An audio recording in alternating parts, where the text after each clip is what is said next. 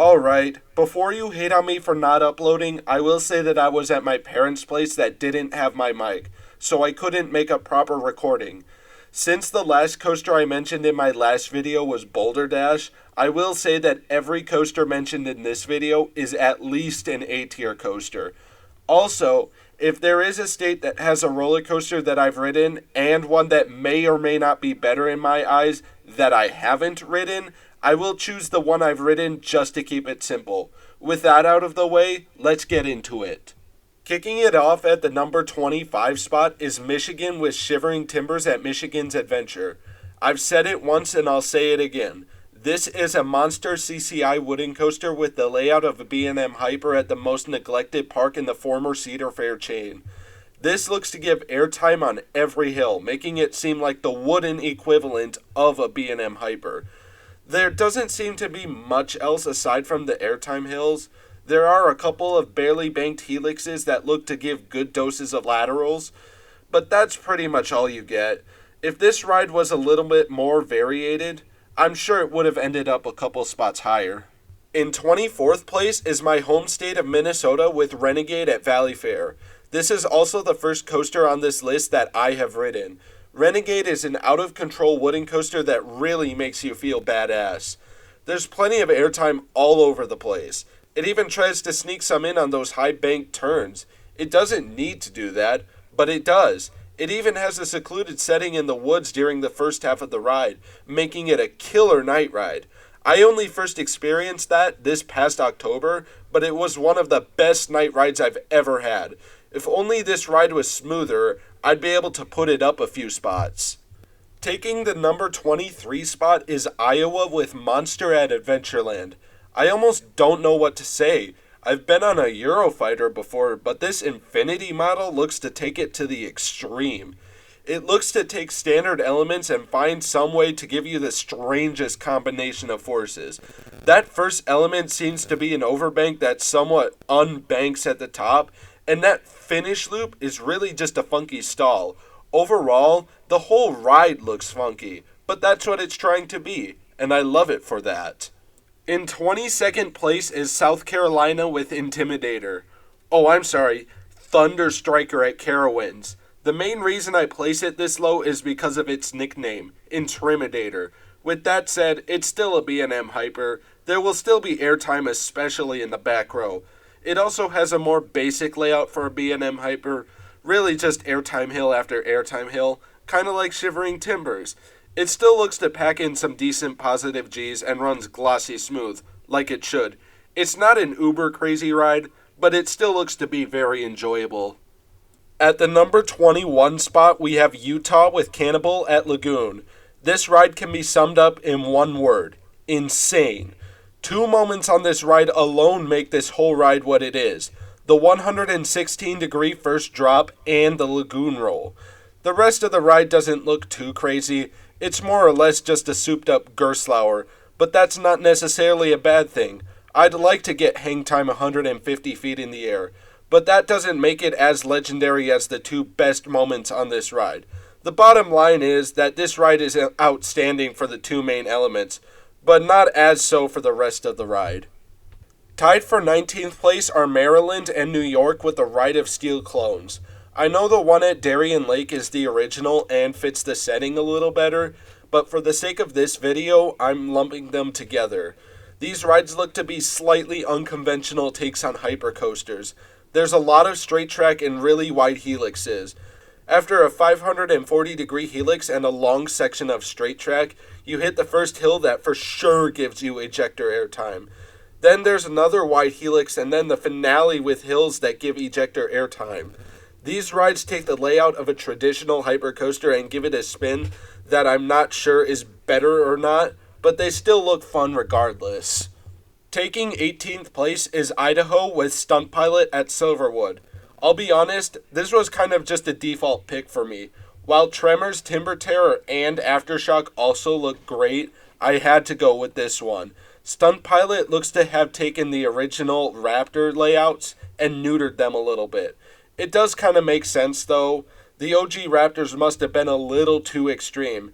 This one kind of just seems to take the elements more gracefully, but that doesn't make the elements not pop. This ride still looks to have great airtime and laterals as it whips you through the elements like the S-Hill and the dive loop. With that, it does have an advantage in the hang time. Those slower inversions mean better hang time. The bottom line is that it's just a toned down version of the OG Raptors. In the 17th spot is Illinois with Goliath at Six Flags Great America. This state is stacked with so many potential picks, but I chose Goliath because of how awesome every element is. The first drop in Camelback Hill looked to give some of the strongest airtime out there. On top of strong ejector, this ride also throws in legendary hang time at you with the dive loop and the stall. Some may call the overbanks on this ride filler track, but I wouldn't mind them as long as they're forceful, which they seem to be, but not too much. Some also might point to the short duration, but again, as long as this ride remains forceful throughout the whole ride, that won't matter to me. Taking the 16th spot is Arizona with Hot Wheels Twin Mill Racer at Mattel Adventure Park. This was the state I mentioned in the intro to my last ranking that would be much higher on this list as if it was the end of 2024. I heard the park opening has been delayed, but for the sake of this video, let's just keep it here. It's not hard to see why this ride will be so good. The only other Chance Hyper GTX Lightning Run looks to give great airtime everywhere possible. But when you throw in versions and a launch, it is sure to make people's top 100 lists. This ride looks to be a pretty long ride full of top tier elements at every corner. Maybe if this ride was a little more airtime focused, it could have been a little higher. In 15th place is Wisconsin with Hades 360 at Mount Olympus. This whole ride is something special for me. It's an absolute monster in the forces department. It has the best pre-lift on any coaster I've ridden, giving the strongest airtime on the ride. Then you have the first drop, which gives great floater airtime in the back row, into the first tunnel sequence, which gives quick doses of airtime, laterals, and positives that do a great job of simulating hell because you can't tell which way you're going. After that, you pop up into the signature corkscrew and overbank that give amazing hang time and positives. Then you go over the best floater airtime hill back into the depths of hell. This is pretty much the same as the first tunnel section, but you hit an off-axis hill at the end, which is really uncommon for a wooden coaster, especially one not built by RMC. After the last tunnel section, this ride definitely lets its foot off the gas a little bit, but the rest of the ride is still hauling, so it doesn't really matter, because it's a nice easy way to end this ride. If there was one thing to improve upon this ride, it would be to make it a little smoother. I was able to marathon this ride, so it wasn't bad for me, but this ride could definitely use it. At the 14th spot is Missouri with Outlaw Run at Silver Dollar City.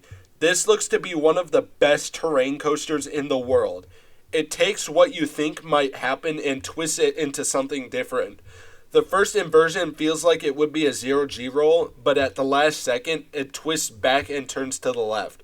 At the end, you think it would be only one barrel roll, but there's actually two there, and they're going up hills to slow down to give more hang time.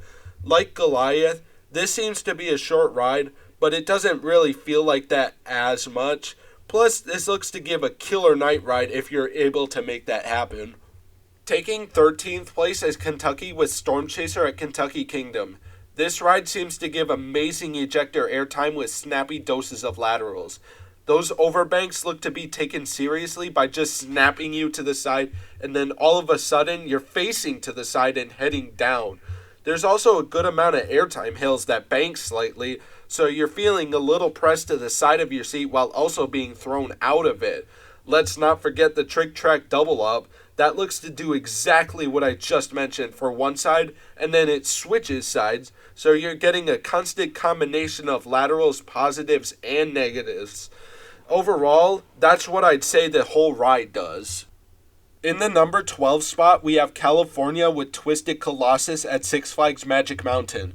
This ride really brings the twisted in the name, by not only adding inversions, but also having the track twist over itself.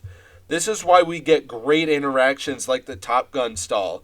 This takes a typical RMC stall and puts a spin to it by making it possible for a train to be under you. I say possible because you're more likely to not duel the other train, which can be kind of frustrating and really is the only problem with this ride. It doesn't really do what it's trying to do. Other than that, it's a super creative ride with great forces to complement a possible duel. In 11th place is Texas with Iron Rattler at Six Flags Fiesta Texas. I bet you're getting sick of seeing so many RMCs in a row on this list, but that's the way it is. This ride looks to pull amazing laterals whenever going through a wave turn, which it has a lot of, or I guess you could call it sideways airtime. Speaking of airtime, this ride doesn't have too many airtime moments, but when they work, they really work. Pretty much every airtime hill looks to give strong ejector airtime, especially the first and final drops. And then there's the quarry wall. Every interaction this ride has with the quarry wall is executed perfectly. I really like how the only inversion on this ride is used to get you onto the quarry wall. Some might call the next section the quarry crawl, but with a full train and day of operation, I believe this section could hold some power. If that was the case, I have no doubt that this would be my favorite ride in the state of Texas. Taking the 10th spot is Tennessee with Lightning Rod at Dollywood. To some, this may be a lot higher on this list, but for me, it's going to have to stay here. Don't get me wrong, those wave turns look to give fantastic sideways airtime, but to me, they look to give a little more floater airtime. I can't really say because I haven't ridden it. One thing I can say for sure is that quad down looks to give some of the strongest and best airtime out there. All you're doing is going downhill, and the airtime keeps getting stronger because you keep gaining speed. Overall, this looks to be an airtime-filled ride with strong floater airtime in the first half and strong ejector in the second half, with nothing I can really say anything against. Entering the single digits at the 9th spot is Massachusetts with Superman the Ride at Six Flags New England. Would you rather have me pick another RMC? There's many more ahead of us. There's only one problem I can see on this ride, the restraints being extremely restrictive. Everything else about this ride looks perfect. There's airtime all over the place, ranging from floater to strong ejector. Every valley in the beginning looks to pull strong positives, and the airtime hills look to give extreme airtime. It's as if Intamin took the standard size for these elements and shrunk them down to the extreme. Then you have the twister section that's not too snappy, but does have constant G's pulled with sudden bursts of airtime thrown in. This ride really is the whole package, having one of the best layouts on any coaster. It's just a shame it has shitty restraints. Taking 8th place is Virginia with Intimidator 305. Oh, my bad again. Project 305 at King's Dominion. It's all about one thing, the intensity. With all those positive G's, there's a 100% chance I gray out on my first ride, whenever that happens. This ride seems to primarily focus on bringing the positives with heavy emphasis on those snappy turns, and the occasional dose of floater airtime. But it's not airtime this ride is focusing on, so that's not really a big deal to me. I'm not sure exactly how strongly I will feel about the intensity, but given that Incredible Hulk, my number 4 overall coaster, also does kind of the same thing, I have a good but not perfect idea how I would feel about this ride. This ride really isn't messing around, and I'm glad it's not. In the 7th spot is Georgia with ArieForce One at Fun Spot Atlanta.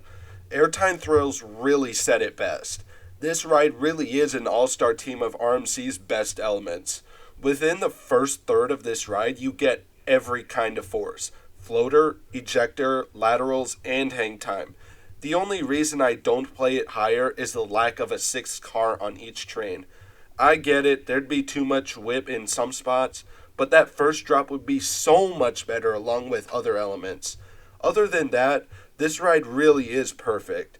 You have the second best inversion on an RMC, just behind Iron Gwazi's death roll with that arcade roll. That outer bank looks insane as it keeps you pressed into the restraint as it twists so far to the left. And let us not forget that finale. Oh, the finale! That looks to give airtime so strong that it apparently makes your thighs hurt after a few rides. That's when you know this ride is just pure awesome.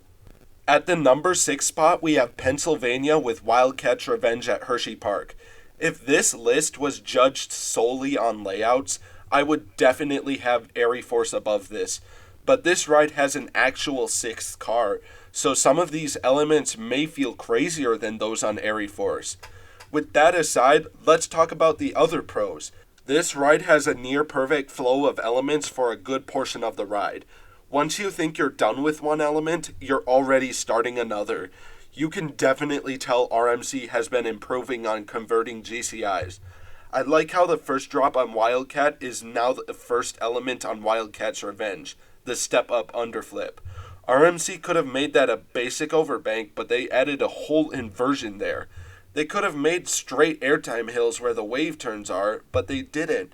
This whole ride is just extra. They didn't need to go this hard, but they did. Taking 5th place is New Jersey with El Toro at Six Flags Great Adventure. This might seem low for this ride, but every ride above is perfect or really close. After opening in 2023 again, there were some complaints about a little roughness where the retracking happened, but that's not really a problem for me because I can handle marathoning Hades 360. Anyways, this ride has intense ejector airtime all over the place in the beginning and end. You have the insane first drop and ejector hills that just pin you to the restraint for seconds at a time. Between each hill, this ride looks to pull positive similar to a steel coaster. There's not much force in the middle, but it still looks to at least give good floater airtime, so it's fine. At the end, there's all kinds of snappy turns that are just non-stop throwing you to the side of your seat. And let us not forget the Rolling Thunder Hill. This is quite possibly the strongest moment of airtime on any roller coaster by pulling nearly -2 Gs. That is just insane for any coaster, let alone a wooden one. Taking the 4th spot is Indiana with the Voyage at Holiday World. This ride just straight up defies the laws of physics. How is it still chugging when it's at the top of the hill during the twister section? How does this ride have over 100 seconds of prime ride time? Each airtime hill in the beginning just gets progressively smaller, but it still feels like you're getting the same amount of airtime on every hill. And then you have the twister section, which looks to provide really good forces of all kinds, despite being on the top of a hill.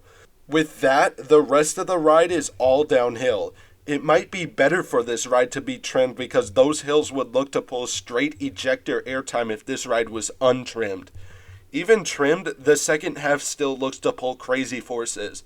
You still look to get strong floater airtime on some hills and slightly less positives on the swooping turns. Overall, this is a very long ride with surprising forces no matter the condition it's in. Receiving the bronze medal for this list is North Carolina with Fury 325 at Carowinds. This ride just takes the concept of a Giga Coaster to a whole new level. It puts a spin on traditional Giga Coaster elements. There are no inversions, but there are high-speed twists and turns on this ride. Kind of a first for traditional Gigas. It's not like they don't lack force either. They just whip you to the side of your seat with no mercy. Even with these somewhat unconventional elements, it still brings in some traditional camelbacks here and there, but there's also airtime that seems to come from the unconventional elements. Of course, I'm referring to the treble clef. That looks to give the best of the positives and floater airtime with a pinch of laterals leveling out. There even seems to be some weird airtime exiting this overbank, which is much appreciated. And I love it when a ride can throw airtime in the most unlikely of places, which seems to be this ride's specialty. Before I get into the top 2, I will state that this placement could change by the end of the year. The more I think about it, the more likely I think it'll change. In 2nd place is Ohio with Steel Vengeance at Cedar Point. Of course, the primary force on this ride is airtime, and of course, airtime is the best force on a roller coaster. If that's what you think, this ride is just for you. It's almost completely airtime focused by throwing airtime moments after airtime moments. There's so much airtime that you spend almost half the ride out of your seat. Seriously, there's 30 seconds of airtime on this 70-second ride. Of course, there's other elements that bring other forces. Those mini overbanks at the end look so snappy, they might just give me whiplash from the quick banking. And then there's the slightly more sustained moments of laterals within most of the inversions. That stall looks to give the same doses of laterals as the overbanks, but the 0G rolls just keep you pinned to the side of your seat for seconds at a time. With a damn near perfect combination of airtime, laterals, and whip, I have no doubt that this ride will stand against the next coaster. Taking the gold medal for this list is Velocicoaster at Islands of Adventure. Some might say Iron Gwazi is the best in the state, but you listened to the disclaimer at the beginning, didn't you? There is absolutely nothing even slightly negative I can say about this ride. Everything about this ride is carefully thought out, from the extensive theming in the queue to the masterpiece of a layout this ride has. It's impressive that Islands of Adventure didn't remove anything for this ride to be put in place, which led to a bunch of great guest interactions in the second half.